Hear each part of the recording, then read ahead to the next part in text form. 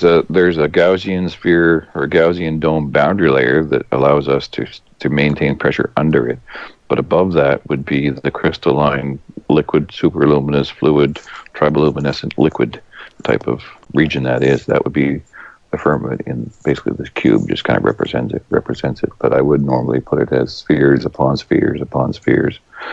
Okay. Because we do see that when you look at the sky at night, right, you'll see that like the Milky Way has a shadow, right? One side is the lit side is mirrored by the shadow side.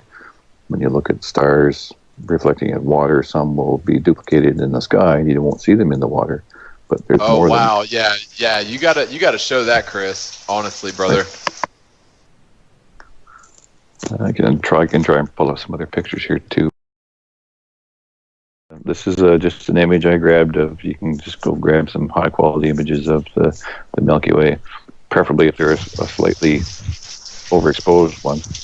So this is an image of just the Milky Way, and I was just kind of pointing out that if you can take a grease pencil, whatever, print off a picture of this, and if you can see my little pointer cursor, if you trace down one side of the Milky Way, and you can actually trace the light side, and then you can trace the dark side, and you'll see that it's an exact perfect mirror image of itself, right? So that, to me, indicates that you're looking through double layers. So it's one layer reflecting the top layer, and in between, you're actually looking through it at a bit of an angle, so you're seeing something that's actually through the other side.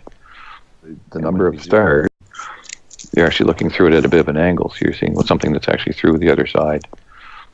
And when we zoom out a little bit, you'll see that in the water, if you compare the number of stars in the sky compared to those in the water, you'll see that you can line them up quite well. With the brighter ones will actually line up and reflect in the water, but all these other ones are missing, like they just don't appear in the water at all. And there's lots of images. Just pull up, flat water lake, saltwater lake, star, night skies, and you see it's pretty consistent with all the photography. So to me, that just tells me you can line up these two stars here with these two stars in the water. Sure, there's a bit of an angle because you're an observer on the ground, but it doesn't account for the lack of stars in the water that should be there. So basically, and they're just not. What you're saying then, Chris, is because we're seeing this effect, that these stars, the star field actually has a somewhat of a polarized direction to them. Is that what I'm hearing here? The star field actually has a somewhat of a polarized direction to them. Is that what I'm hearing here?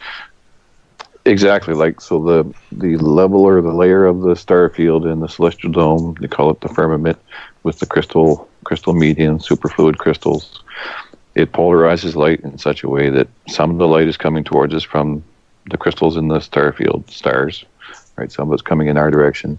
Some of it's going back out towards the top layer of the dome firmament, and you're seeing a secondary image being created. But now what you're doing is you're looking through a one-way mirror, but there's two layers, so you're looking like into an infinity mirror, right? So it's just reflecting itself and reflecting itself and reflecting itself, and you'll see millions of stars, when in fact there could only be a couple 100,000 or whatever stars, when in fact there could only be a couple 100,000 or whatever. But you keep seeing over and over and over the same star duplicating itself. So it's polarized in a direction. It certainly has a direction to it. Yeah. Wow.